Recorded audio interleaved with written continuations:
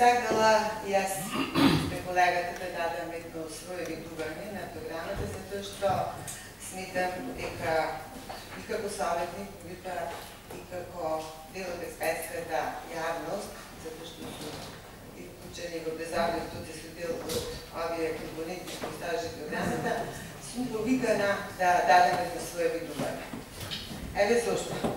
Се сложувам знакомо со колегата дека ова програма како програма треба во целост да се врати на повторно преработување, односно, дока кажа, може би треба да почекат еден акционен план, па потоа да видиме каква програма ќе се донесе.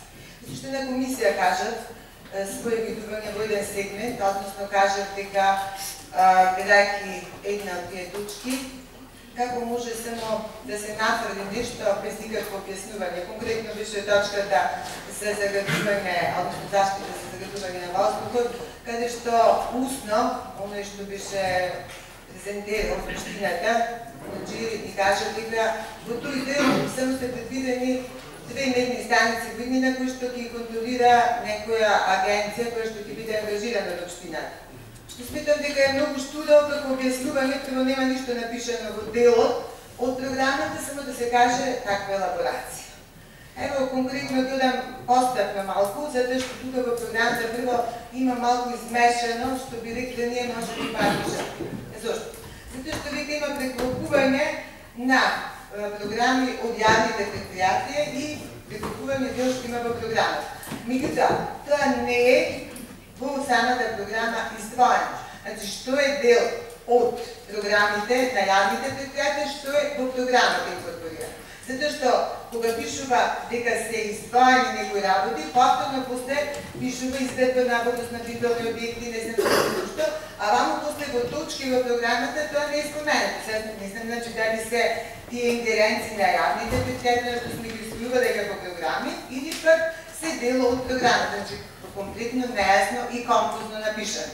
Тоа е оно што прво како забелишкаме, значи ако е делот и водоснабдување, водоснабдително треба точно да е како точка тоа поставено и да се каже точно што е предвидено понатака во програмата и тоа е оно што каже колегата 7 месец сме, па што понатака. Значи веќе повеќе од половината поминало времето за нешто да се тресне. Понатака во однос на пречистителната станица, а и општо за сите други точки, значи, во една програма, што тоа се содржат? Прво треба урбанистички, значи, планови и така натаму. Значи, да се тргне од тоа тука за пречистителна станица, кажано дека се прави некоја визибилити студија и така натаму, дека до 2018 што го гледат во планот од изградба. За сега да се сигурно учитува на студентници. Меѓутоа, ништо не е покрај такви урбанистички метки, знаеме сите дека имаме техничко-технолошки, административни метки, понатаму имаме здравствени мерки и така натаму и така натаму. Токму, еве ги се задржам во делот на загадување, затоа што ние прво не се состанавме како комисија за иницијативно дело за загадување, што сме формирани на нивото на општина, значи пред се од кај ставаше како тело да произлезат некои од метки што ќе се инкорпорирани во програмата, што ние ги говоревме и се донесе заклучок. Како прво, тука трябваше значи да се напише дали до 7 месеци веќе направи регистар на загадувачи, како административните. Значи немаме представа што е. Значи само дел мерки за загадување на животната средина. Значи имаме или немаме веќе такви донесени административни мерки да ги лоцираме загадувачи. Па понатаму, кога ги лоцираме загадувачите, не само да речеме ќе ангажираме некои не знам, одна природното бе воопшто не е видно, значи компетентни релевантни фактори што ќе помират загадувањето, значи да кажеме дали сме ги лоцирале објектите кои што имат емисија, ако имат емисија. Што значи тоа? Значи емисија кои се загадувачи, затоа да имаме регистри на загадување, па емисија на загадување. И на крај да емират емисијата, односно целокупното загадување. Така, значи, ние не сме ги лоцирале загадувачите, немаме регистри, а викаме мерки и образложението беше ќе дојде некој ќе измери на 2 пункта. Се изминува, не може на 2 пункта. Значи, кога имаме регистри, ќе се одредат пунктовите кои се. Значи, точно ќе ги лоцираме. Па, дали ги пременуваме веќе, затоа што бихме, знаете, дека сме на високо за жал ниво со загадување, Значи, техничко-технолошки метки, да би нешто сме справили во однос на тие техничко-технолошки метки. Зборувам и во комунална средина и во индустријска средина.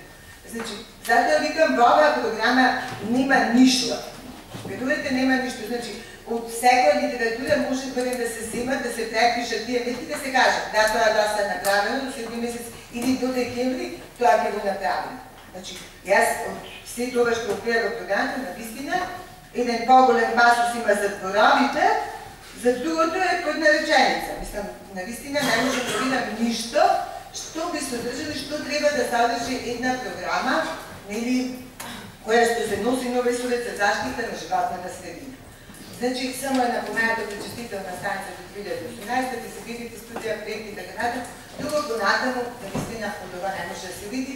И токму затоа за мене неприфатлива како програма што треба да се донесе. Благодаря.